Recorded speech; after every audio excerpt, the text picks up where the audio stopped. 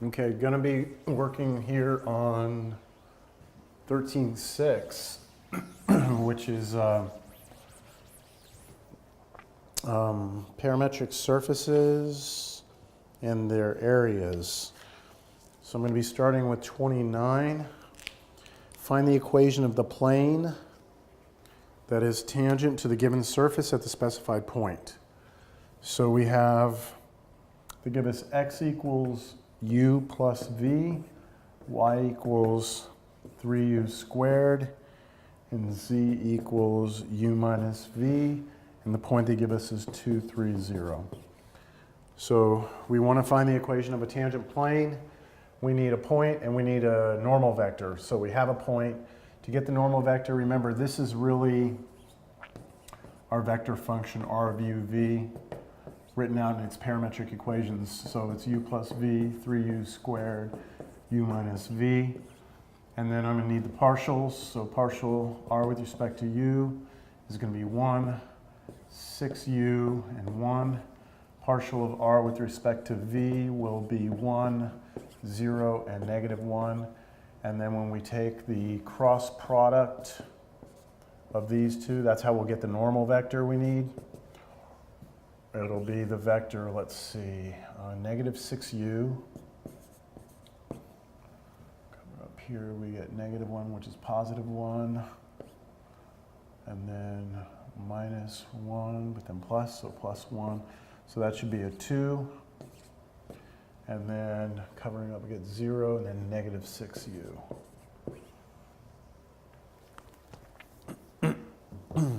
Now, that's just our normal vector.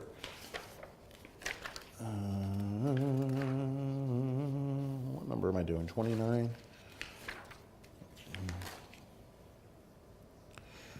Whoa. What the heck is this? Oh, 3, 6. I'm looking in the wrong section.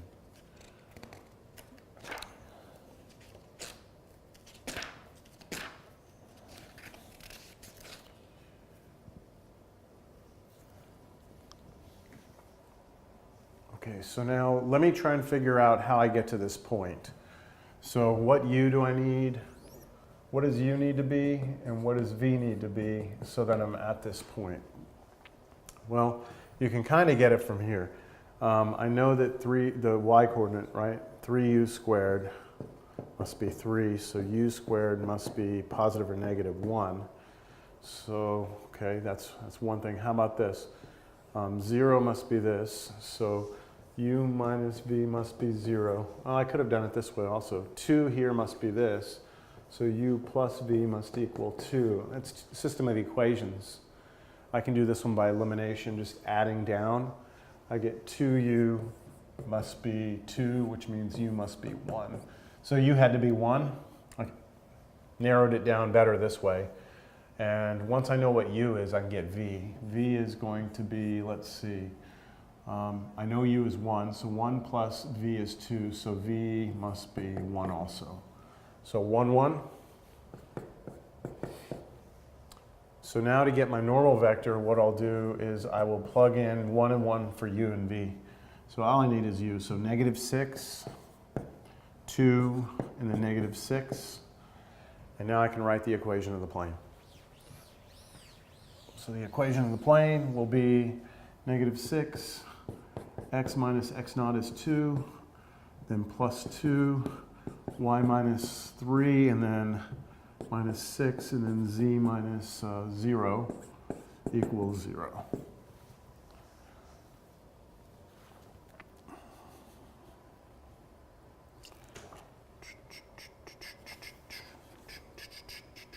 Let's just clean this up. Negative 6x plus 12 plus 2y minus 6 minus 6z equals 0.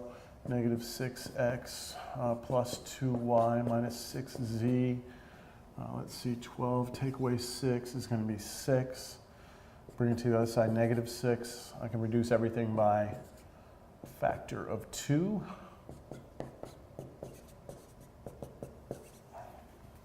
It's a negative right there. Okay. Yep, okay. All right, so I'll let you do 31 on your own. All right, let's look at number 33.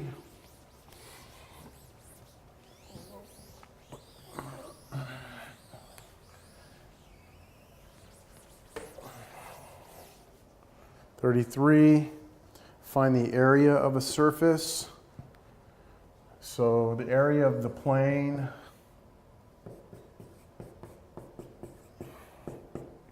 that lies in the first octant.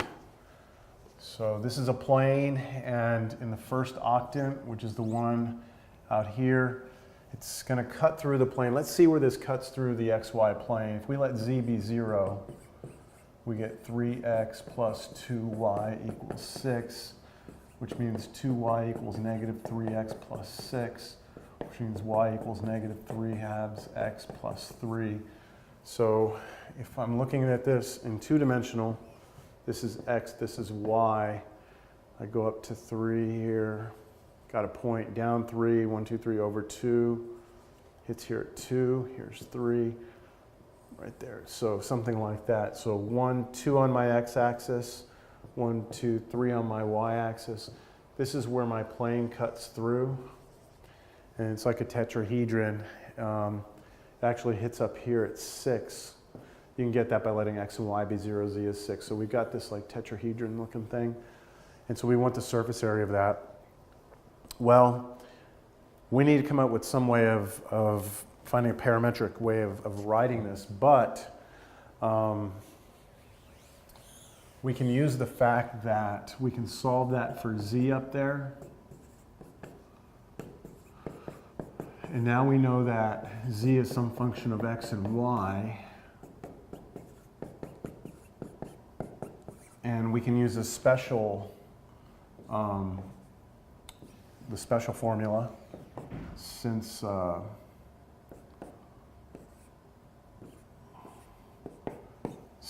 the z coordinate is a function of x and y, I know that this is going to be the square root of 1 plus the partial of f with respect to x squared plus the partial of f with respect to y squared. That's going to be that magnitude of the cross product.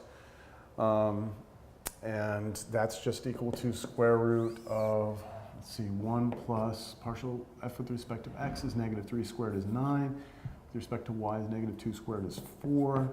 So this is just root 15. That's really nice.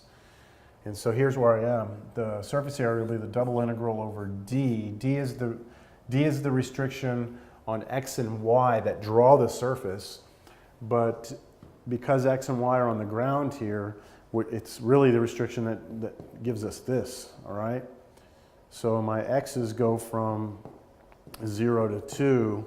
My y's are between 0 and that line, but that line we already saw earlier was negative 3 halves x plus 3. But anyway, it's going to be the double integral over that of root 15 dA, which if I pull the root 15 out, I can do this really easily. It's root 15 double integral over d of 1 dA. And if I just know the area of that region, so this is a triangle. The height is 3, the base is 2, so the area of that is half of the base times height. That's 3. So area, right, is 3, so 3 root 15. This was 33. 3 root 14, what the heck? Area of D, 6. Where did my root 14? Oh, Robert.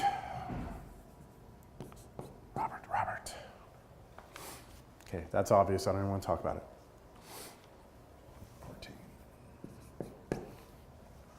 14. All right.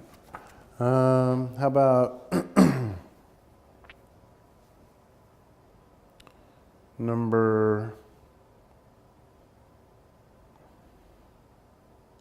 35. Number 35, you have another plane that lies in a cylinder. So you've got this plane, x plus 2y plus 3z equals 1. It lies in the cylinder. Inside the cylinder, x squared plus y squared is 3. So let me just draw the plane real quick, if I could. If x and y are 0, z is 1/3. And if y and z are 0, x is 1. If, what am I doing? Y? X and z are 0, y is a half. Now, it's not talking about the first octant here, but just imagine this plane goes in every direction. And what I want to do is figure out the surface area, and we have a cylinder that cuts through this plane. Boy, that's really hard to see, but I have a plane. I've got this cylinder that comes through and cuts through, and when it cuts through this plane, I've got this surface here. So I want to know what that surface area is. Well, again, I can go up there and I can solve that for z. So move the x over, divide by 3, so negative 1/3 x. Move the y over, divide by 3. And then I had a 1 there. So that's the plane written as a function of x and y. And so I know that the partial of r with respect to x and then of y crossed magnitude is square root of 1 plus the partial of this with respect to x squared, which is negative 1/3 squared is 1/9, plus partial of this with respect to y, which is negative 2/3 squared is 4/9. See if I can add properly here. This is going to be 9/9 plus 1/9 plus 4/9, which is going to be square root of, let's see, 14/9, which is root 14 over 3. All right, so that's that part. Now, the region on the ground, I didn't talk about the region on the ground, D, but if we look at it, here's x, here's y. I knew it hit here at 1 and at 1/2 here. So I go down 1/2 over 1. So the slope is rise over run, so that's just negative 1/2. So the equation of this line is y equals negative 1/2 x plus 1/2. Right, that's this. Am I going to need that? Oh, wait, hold up. I take that back completely. Hold on, I screwed myself up here. I just used that to draw this and then said, you know, I need more of it. Actually, the region is going to be, I'm trying to draw the cylinder on the ground. I apologize. So let me not get ahead of myself here. I'm supposed to go double integral over d of this root 14 over 3 dA, which I can pull that out. So let me try and control this. Well, this is a perfect, if you look at the ground of that, on the ground in the xy plane, that's a perfect circle radius 3. So I'm going to go to polar here, and the polar restrictions I would have is theta is between 0 and 2 pi, and I need to go. R is between 0 and root 3. This is root 3 because that was 3. And so that double integral goes from 0 to 2 pi, goes from 0 to root 3. The root 14 over 3 comes out. R comes in because I went to polar, so let me just put R dr d theta. And I do need to leave, so let me just see if I can let it leave that there. I think that's a pretty straightforward integral. Just double check that what I've got is good. Oh, yeah, you know what? We could have just found the area over D, but this should come out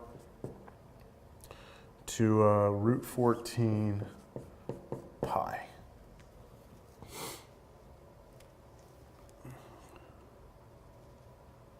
Yeah.